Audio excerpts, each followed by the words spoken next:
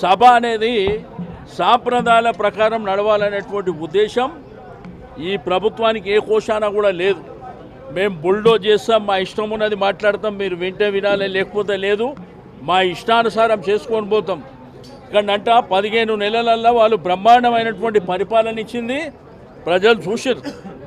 డెఫినెట్గా ప్రజల సమక్షంలో అవన్నీ ఉన్నాయి. కానీ మా హక్కుగా వచ్చినటువంటిది అంటే అధికార పక్షం మాట్లాడినాక ప్రతిపక్షం అవకాశం ఇచ్చినటువంటి స్పీకర్ గారు అవకాశం ఇచ్చినప్పటికీ వారు జగదీశ్వర్ రెడ్డి గారు మాట్లాడేటప్పుడు ప్రతిసారి ఇబ్బంది పెట్టేటువంటి ప్రయత్నం జరిగింది, మీరు చూసారు. వారు కూడా ఏం మాట్లాడినరు, ఈ సభ అనేది అందరికి హక్కులు ఉంటాయి, ఒక పార్టీకి సంబంధించింది కాదు, మీరు ఇక్కడ పెద్ద మనిషిలాగా ఈ సభకు నాయకత్వం వహిస్తున్నారు చెప్పారు.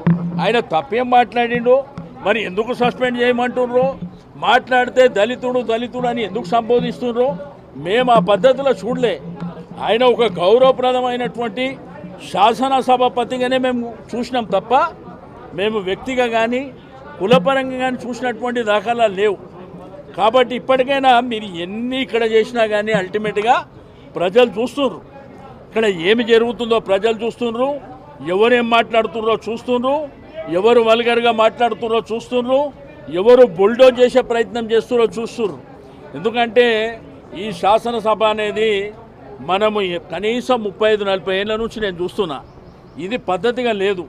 నేను అసెంబ్లీలో కూడా చెప్పిన పద్ధతి ప్రకారం నడిపించుకోవాలా, కానీ ఇట్లా బుల్డోజ్ చేస్తే అంటే మీ ఉద్దేశం ఏంది, మేము నడిపించుకుంటాం ఇక మీరు రావద్దనా, మీరు రావద్దనుకోనికి ఇట్లా మీరు అట్లా డిసైడ్ చేసుకుంటే మేము కూడా ఆలోచిస్తాం. కానీ ఇది పద్ధతిగా లేదు.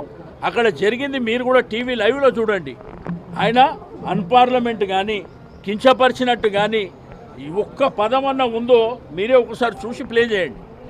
మాట్లాడని దానికి ఏదో నిన్న మొన్న ముఖ్యమంత్రి గారు ఇక్కడ శాసనసభలో కాంగ్రెస్ పార్టీ మీటింగ్ పెట్టినప్పుడు, వారి యొక్క లెజిస్లేచర్ మీటింగ్ పెట్టినప్పుడు మరి వారు ఏదో మీరు గట్టిగా ఉండాలని పేపర్లో టీవీలో చూసినాం, మరి అది చూపించడానికి వీళ్ళు ప్రయత్నం చేస్తున్నారో తెలియదు. కానీ అక్కడ జరిగినటువంటి అంశాన్ని క్లియర్గా అక్కడ మాట్లాడింది ఏమీ లేదు జగదీశ్వర్ రెడ్డి గారు.